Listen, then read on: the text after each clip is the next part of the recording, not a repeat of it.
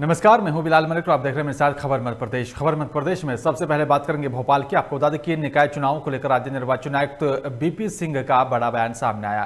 12 मार्च के बाद किसी भी दिन आचार संहिता को उसकी घोषणा की जा सकती है। बीपी सिंह ने पुलिस महानिदेशक और साथ ही अपर मुख्य सचिव से भी बातचीत की है। पंचायत निर्वाचन 3 और साथ ही नगरीय निकाय चुनाव 2 फेज में करवाने की बात कही है। नामांकन पत्र में भी गलत जानकारी देने पर 6 महीने की सजा और साथ ही 25,000 का जुर्माना लगाया जा सकता है। नगरीय निकाय चुनाव में सामान्य पर्यवेक्षक के साथ ही यहाँ पर व्यय पर्यवेक्षक भी किए जाएंगे नियुक्त। इस वक्त की बड़ी खबर आपको बता रहे हैं।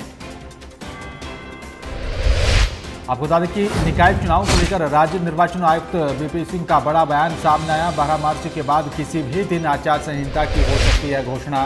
बीपी सिंह ने पुलिस महानिदेशक और साथ ही अपर मुख्य सचिव से चर्चा की है। पंचायत निर्वाचन 3 और साथ ही नगरीय निकाय चुनाव 2 फेज में करवाने की बात कही है।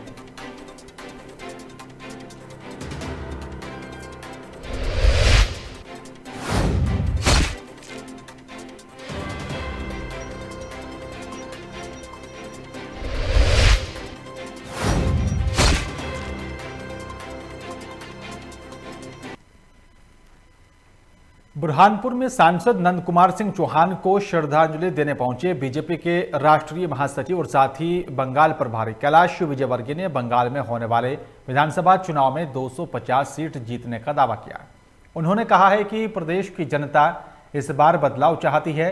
प्रधानमंत्री नरेंद्र मोदी ने जिस प्रकार देश का विकास किया, उसी प्रकार बंगाल की जनता प्रधानमंत्री नरेंद्र मोदी के नेतृत्व में रविंद्रनाथ टैगोर और साथ ही स्वामी विवेकानंद जी के सपनों को साकार करने के लिए सोनार बंगला बनाने जा रही है।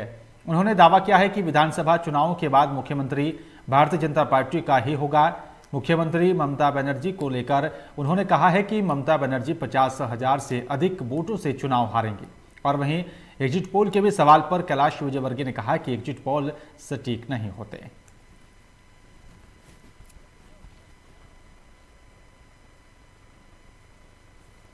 और वे बना रही है, नहीं बना रही, वो ममता जी कह रही है, जनता कह रही बना रहे हैं। एग्जिट पोल कहाँ सही होते हैं? पिछली बार एग्जिट पोल ने हमको लोकसभा में 8 ही सीट दी थी, हम 18 सीट जीते। एग्जिट पोल हमारी 120 सीट बता रहे हैं, उसके हिसाब से जब हम 8 से 18 जीते तो हमारी 240 सीट हो रही है। जब उन्होंने 8 दी थी सीट तब हम 18 जीते थे, अभी हमारी 120 बता रहे हैं, उसके हिसाब से हम 250 सीट जीतेंगे।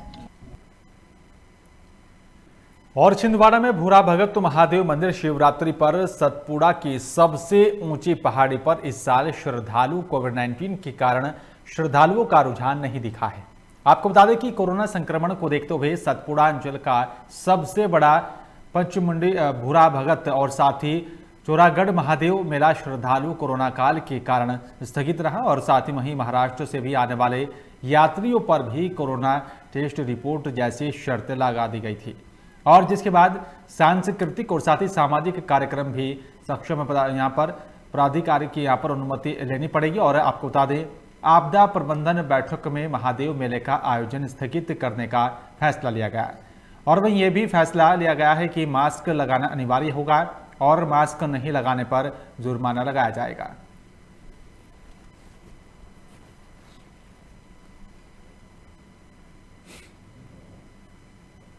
दोस्तों, मुझे ये चीज़ बहुत बुरी लगी कि हमारा मेला स्थगित हो गया। हम लोग हर साल भूरा भगत से आते थे, पर हमारी श्रद्धा ऐसी थी कि हम लोग पचमढ़ी से भी आते।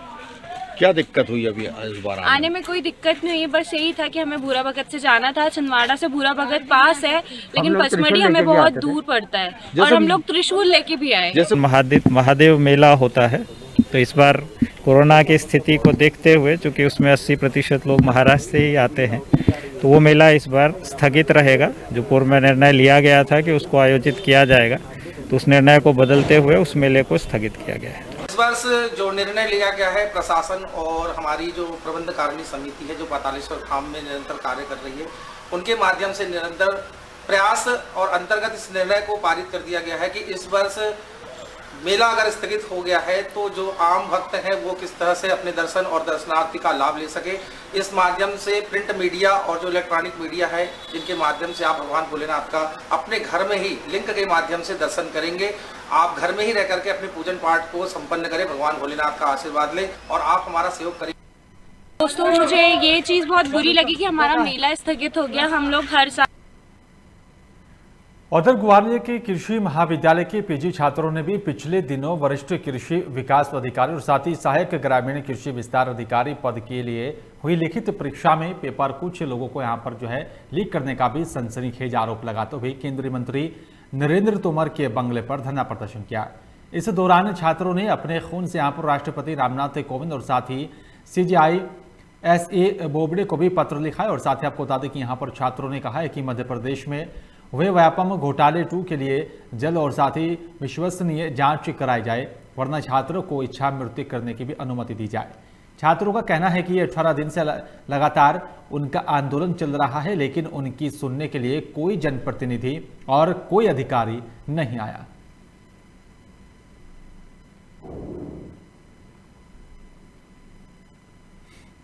विरोध का 18वां दिन है। हम लोग 17 तारीख से लगातार आंदोलन कर रहे हैं। 17 फरवरी से हमारा जो ग्रामीण कृषि विस्तार अधिकारी और वरिष्ठ कृषि विस्तार अधिकारी का जो पेपर हुआ था, इसमें पेपर लीक हुआ है। वो पेपर लीक बहुत बड़े स्तर पर इसको बेचा गया है। हमने मध्य प्रदेश सरकार से सिर्फ इतनी मांग की थी कि इसकी जांच कराओ और हमें न्याय दो। जांच का तो इन्होंने आश्वासन दिया है, पर उसके बाद ना तो हमें कोई बात बताई गई कि जांच कैसी होगी, कितने साल लगेंगे। इसमें हमारा तो भविष्य अधर में लटक गया है। आज हम अपने माननीय कृषि मंत्री भारत सरकार के बंगले पर आए हैं और हमारा आने का उद्देश्य सिर्फ इतना है कि हमारी भारत सरकार तक मांग पहुंचे कि जो MP में व्यापम घोटाला 2 हुआ है, इसके खिलाफ जो है भारत सरकार भी इसका संज्ञान ले और हमें लोगों को न्याय मिले। क्या लिखा है? आज हमने हमारे जो महामहिम राष्ट्रपति महोदय और chief justice of India supreme court को हमने खून से पत्र लिखा है, या तो हमें न्याय दो या हम छात्रों को इच्छा मृत्यु दो। अधर में लटकाने का मामला ऐसा है कि हमारी हमें ये मान लो न्याय की कुचला जा रहा है एक तरीके से। सरकार ने जिला चिकित्सालय शाजापुर के लिए ब्लड कलेक्शन ट्रांसपोर्टेशन वैन प्रदान की है। और साथ ही आपको बता दें कि राज्य के स्कूल शिक्षा और साथ ही सामान्य प्रशासन राज्य मंत्री इंद्र सिंह परमार ने भोपाल शासकीय आवास पर ही पूजन कर इस वैन का जो है शाजापुर के लिए उसको रवाना किया। और साथ ही स्वास्थ्य मंत्री डॉक्टर प्रभुराम चौधरी का भी यहाँ पर आभार मानते हुए उन्होंने हार्दिक धन्यवाद भी दिया। और प्रदेश स्वास्थ्य मंत्री डॉक्टर प्रभुराम चौधरी ने आज NHM भवन भोपाल से ही ब्लड कलेक्शन और ट्रांसपोर्टेशन के लिए 24 वैन को हरी झंडी दिखाकर रवाना किया, जिसमें यहाँ पर शाजापुर की वैन भी शामिल है। ब्लड कलेक्शन ट्रांसपोर्टेशन वैन जिला चिकित्सालयों को वहाँ पर ब्लड बैंकों को प्रदान की गई है। और इसके यहाँ पर आपको बता दें कि माध्यम से ग्रामीण स्तर के इलाकों में रक्तदान शिविर आयोजित कर रक्त संग्रहित किया जाएगा। ये ब्लड कलेक्शन ट्रांसपोर्टेशन वैन रक्तदान शिविरों के लिए यहाँ पर आवश्यक आधुनिक उपकरणों जैसे डोनर काउच, रेफ्रिजरेटर, साथ ही कलेक्शन मॉनिटर, ट्यूब सीलर और साथ ही AC से लैस है। इन वैनों की यहाँ पर सहायता से रक्तदान शिविर आयोजित करने में सरलता होगी और साथ ही नवयुवक उत्साहित होकर रक्तदान करेंगे।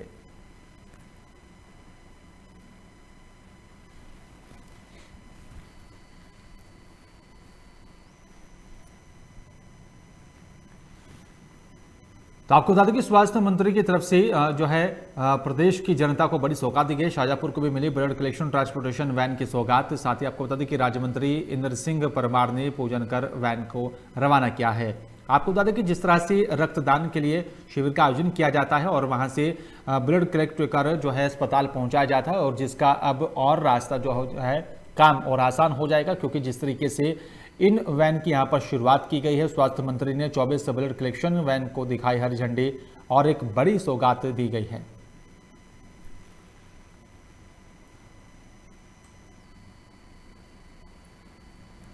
और इसी बीच हरदा से बड़ी खबर आ रही है। आपको बता दें कि नर्मदा पंचकोशी पदयात्रा हरदा जिले में हुई प्रवेश और 8 से 10 हजार नर्मदा भक्तों का जत्था हंडिया में करेगा विश्राम। गुरुवार को पदयात्रा उचाना गांव की ओर प्रस्थान करेगी। इस वक्त की बड़ी खबर आपको बता रहे हैं। आपको बता दें कि हरदा से इस वक्त की बड़ी खबर, नर्मदा पंचकोशी पदयात्रा हरदा जिले में प्रवेश कर गई है। और साथ ही आपको बता दें कि यहाँ पर 8 से 10 हजार नर्मदा भक्तों का जत्था हंडिया में करेगा विश्राम। गुरुवार को पदयात्रा उचाना गांव की ओर प्रस्थान करेगी।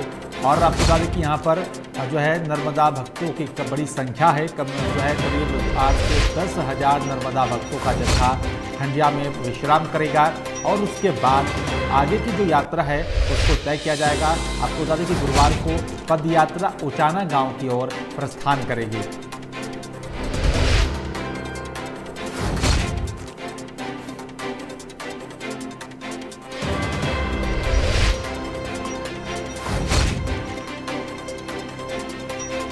और आपको बता दें कि यहाँ पर गुरुवार को पदयात्रा उचाना गांव के लिए प्रस्थान करेगी और 8 से 10,000 जो हैं नर्मदा भक्त हैं। आपको बता दें कि नर्मदा पंचकोशी पदयात्रा हरदा जिले में प्रवेश कर गई है और आपको बता दें कि 8 से 10,000 नर्मदा भक्तों का जत्था है जो कि हरदा में विश्राम करेगा और हरदा में विश्राम करने के बाद यात्रा का अगला पड़ाव शुरू होगा।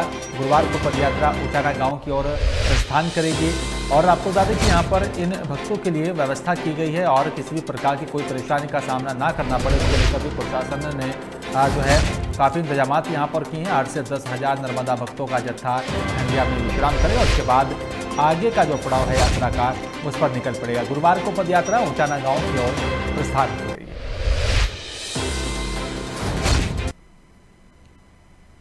और इसी बीच धार से बड़ी खबर आ रही है। आपको बता दें कि डीएसपी बीएस अहरवाल ने फांसी लगाकर आत्महत्या कर दी है। भोपाल पुलिस मुख्यालय में पदस्थ थे डीएसपी और पिछले कई महीनों से ड्यूटी पर भी नहीं जा रहे थे। डीएसपी इस वक्त की बड़ी खबर आपको बता रहे हैं। सूचना पर पहुंची पुलिस कर रही मामले की जांच पड़ताल। और आपको बता दें कि रही थाना क्षेत्र के ग्राम रेबड़दा का ये पूरा मामला बताया जा रहा है, जहाँ पर आपको बता दें कि डीएसपी बीएस अहरवाल ने फांसी लगाकर आत्महत्या कर ली है। सूचना पाकर पुलिस भी मौके पर पहुंची और इस पूरे मामले को लेकर आगे की कार्रवाई शुरू कर दी। जांच पड़ताल की जा रही है। भोपाल पुलिस आपको बता दें कि यहाँ पर मुख्यालय में ही पदस्थ थे डीएसपी। पिछले कई महीनों से ड्यूटी पर नहीं जा रहे थे डीएसपी और आपको बता दें कि सूचना पर पुलिस भी मौके पर पहुंची और इस पूरे मामले को लेकर जांच पड़ताल शुरू कर दी गई है। डई थाना क्षेत्र के ग्राम रेबड़दा का ये पूरा मामला बताया जा रहा है।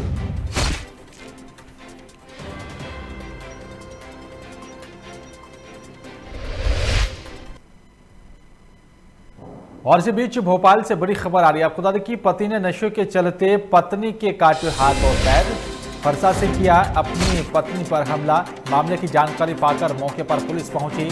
घायल महिला को जो है पुलिस ने अस्पताल में भर्ती करा दिया है। पुलिस ने आरोपी पति को किया गिरफ्तार।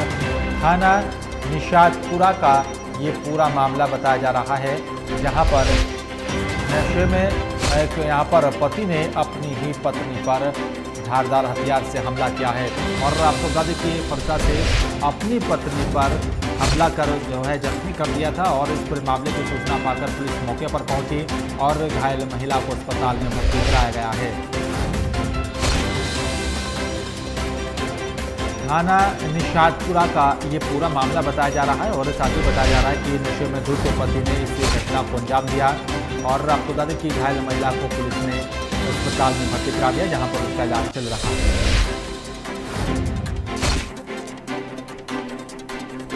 उसमें आरोपी को अरेस्ट कर लिया गया है और हम लोग उनका प्रयास है कि उसमें जो है अच्छे एविडेंस गैदर कर करके चिन्हित अपराध की श्रेणी में रखें। और अभी हम लोग भी जो है विजिट करेंगे वहाँ पे महिला को और कोशिश करेंगे कि उनको सबसे बेहतर मेडिकल असिस्टेंस मिले ताकि वो खतरे से बाहर आ जाएं और जो भी इसके जितने भी एंगल्स हैं अपराध के उसको सबको कवर करें। उसमें आरोपी को अरेस्ट कर लिया गया है और हम लोग उनका प्रयास है कि उसमें जो है अच्छे एविडेंस। और चलिए बात करेंगे खंडवा की। खंडवा जिले के पंधाना नगर में जामा मस्जिद के पास हजरत पंच पीर शाह वाली गली 23 वाला सालाना उर्स मनाया गया है। और आपको बता दें कि यहाँ पर इस मौके पर ही मुस्लिम जमात पंधाना ईमान तंजीम सुन्नी यूथ फोर्स ने भी बड़ी धूमधाम से चादर चढ़ाई और साथ ही प्रसाद वितरण किया। पूरे इलाके के लोग मिलकर उर्स को धूमधाम से मना रहे हैं और साथ ही आपको बता दें कि इस पवित्र मौके पर मुस्लिम समाज के सैकड़ों पुरुष, महिलाओं और साथ ही स्थानीय लोगों ने हिस्सा लिया।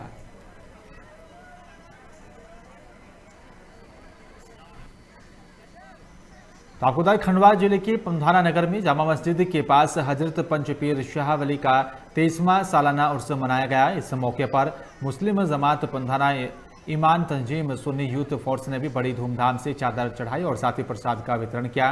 पूरे इलाके के लोग मिलकर उसको धूमधाम से मना रहे हैं। और साथ ही आपको बता दें, इस पवित्र मौके पर मुस्लिम समाज के सैकड़ों पुरुष, महिलाओं और साथ ही स्थानीय लोगों ने हिस्सा लिया है।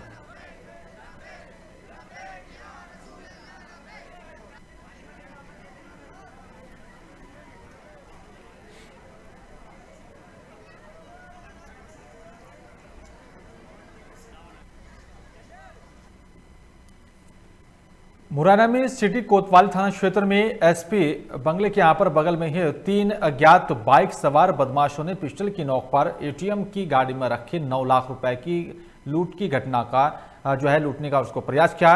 और तभी एटीएम गाड़ी के कैश ऑफिसर और साथ ही सिक्योरिटी गार्ड ने बदमाशों को पकड़ने की कोशिश की, लेकिन बदमाश मौके से फरार हो गए। बताया जा रहा है कि एटीएम कैश जमा करने वाली गाड़ी एसपी के बंगले के पास में ही खड़ी थी और तभी यहां पर 3 अज्ञात बदमाश बाइक पर सवार होकर वहां पर पहुंचे।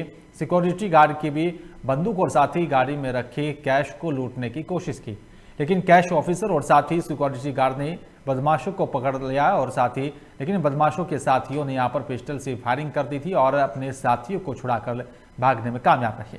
सूचना मिलते ही भारी संख्या में पुलिस बल मौके पर पहुंचा और घायल सिक्योरिटी गार्ड को जिला अस्पताल में भर्ती कराया गया है, जहां पर उसका इलाज चल रहा है। और वहीं लूटपाट की कोशिश की यह घटना सीसीटीवी कैमरे में कैद हो गई।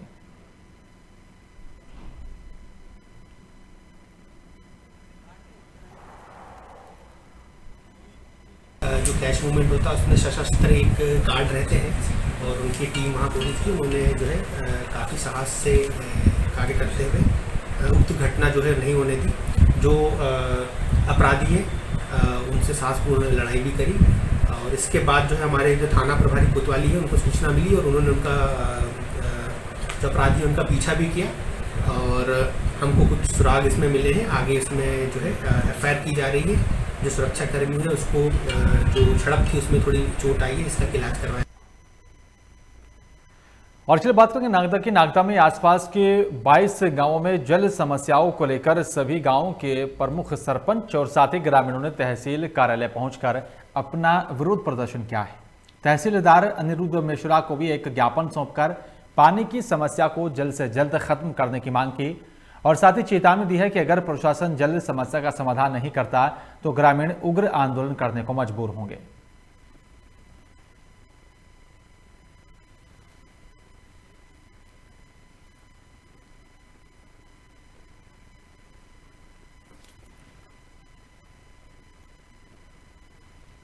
मध्य प्रदेश के रीवा में 11वीं कक्षा की छात्रा ने आत्महत्या करने का प्रयास किया। आपको बता दें कि यहां पर सिविल लाइन थाना अंतर्गत छोटी पुल से छात्रा ने छलांग लगा दी और वहीं घटना को देख स्थानीय लोगों ने छात्रा को बचा लिया। वहीं पूछताछ में छात्रा ने अपने भाई को घटना का जिम्मेदार ठहराया है और साथ ही बताया कि छात्रा का भाई छात्रा पर तरह तरह के आरोप लगाता है, जिससे परेशान होकर छात्रा ने आत्महत्या करने का फैसला किया था।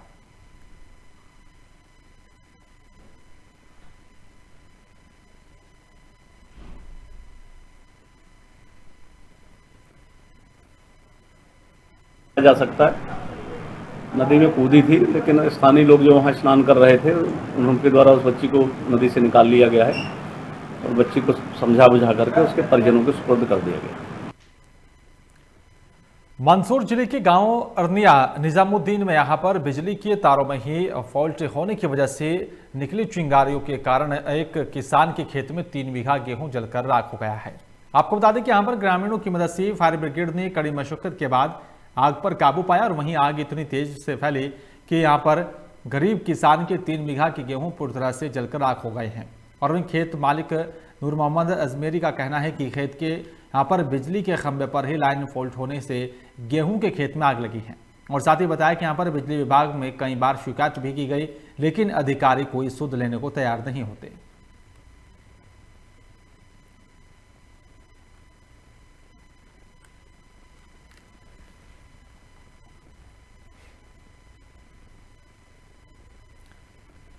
अशोकनगर में पिछले दिनों नेहरू युवा केंद्र की तरफ से युवा स्वयं सेवकों की भी यहां पर भर्ती की गई थी और जहां पर ऑनलाइन की गई भर्ती प्रक्रिया में फर्जीवाड़े का आरोप लगाते हुए अखिल भारतीय विद्यार्थी परिषद ने भी विरोध प्रदर्शन कर इसे निरस्त किए जाने की मांग को लेकर मंगलवार को कलेक्ट्रेट के बाहर जमकर नारेबाजी करते हुए धरना प्रदर्शन किया। और आपको बता दें कि वहीं परिषद के यहाँ पर जिला संयोजक कृष्णा यादव ने भी बताया कि नेहरू युवा केंद्र की तरफ से युवा स्वयंसेवकों की यहाँ पर भर्ती जारी है और जिसमें भर्ती साक्षात्कार के आधार पर ही नियुक्ति होना था और लेकिन जिसमें यहाँ पर जिले भर से गरीब प्रतिभावान और साथी युवाओं ने भी सहभागिता की। लेकिन ऑनलाइन फॉर्म भरते समय ऑनलाइन साइट की यहाँ पर टेक्निकल परेशानी और साथ ही विभाग की मिलीभगत से उनके फॉर्म गलत भरे गए, जिससे यहाँ पर उन्हें साक्षात्कार के लिए अपात्र बताकर साक्षात्कार में नहीं बैठने दिया गया।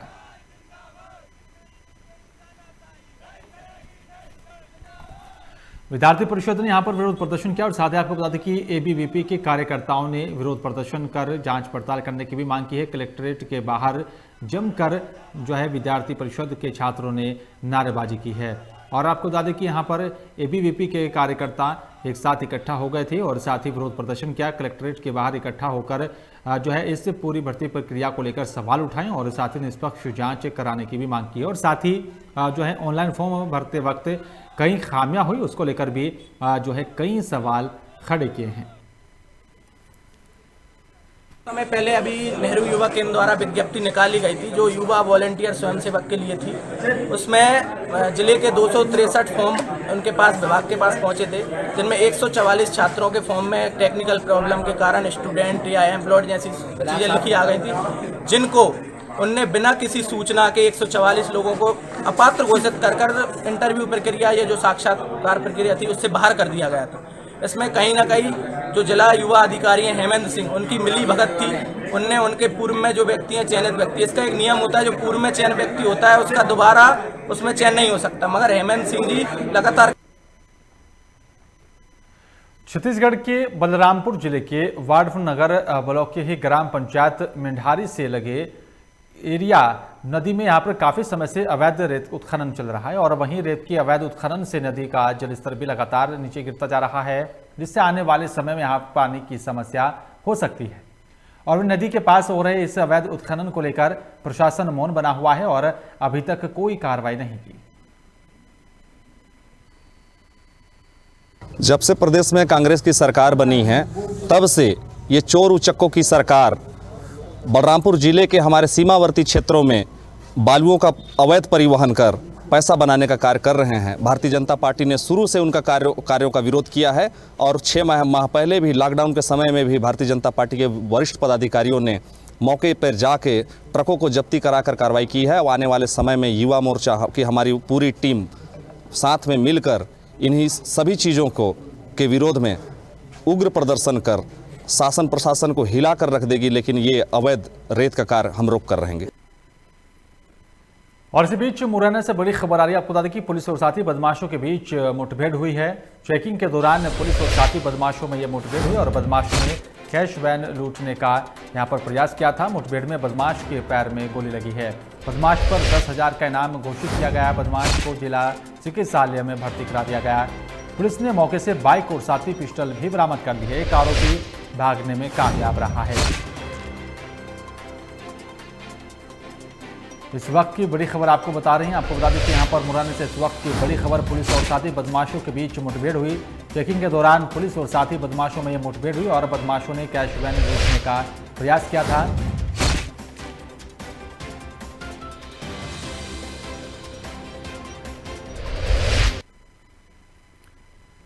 छत्तीसगढ़ में सीतापुर में यहाँ पर राष्ट्रीय सेवा योजना के स्वयं सेवकों ने भी स्वच्छता अभियान जो है शुरुआत की है। आपको बता दें कि यहाँ पर सीतापुर राष्ट्रीय सेवा योजना के प्रभारी अधिकारी डॉक्टर रोहित बरगा के निर्देश पर राष्ट्रीय सेवा योजना के यहाँ पर स्वयं सेवकों ने ही गांव-गांव जाकर स्वच्छता अभियान की शुरुआत की, जहाँ पर सीतापुर से भी यहाँ पर महज 5 किलोमीटर की दूरी पर ही ग्राम पंचायत रजोटी में स्वयं सेवकों ने यहाँ पर जो है 7 दिवसीय कैंप का आयोजन किया, जिसमें स्वच्छता अभियान के तहत लोगों को जागरूक किया गया।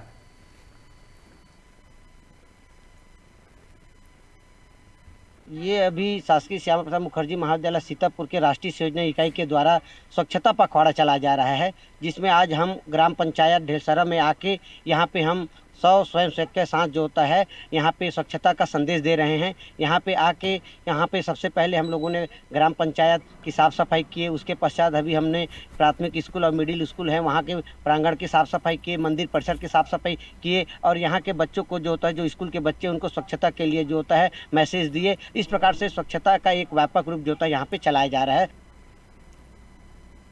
और चलिए बात करेंगे छिंदवाड़ा के मोखेड़ पंचायत में निर्माण कार्य को लेकर स्थानीय पंचायत की सरपंच श्याम साहू और साथ ही एसडीओ बघेल के बीच कमीशन को लेकर जमकर तू मैं हुई है।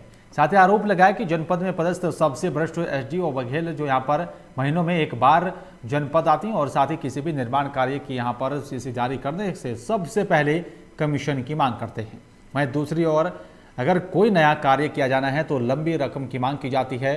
उक्त अधिकारी से पूरे क्षेत्र के सरपंच सचिव परेशान हैं और साथ ही आपको बता दें कि यहाँ पर अधिकारी का यहाँ से तबादला हो गया था, लेकिन बीजेपी के कुछ लोगों ने तबादला रुकवा दिया और साथ ही जिसके चलते सभी सरपंच परेशान हैं।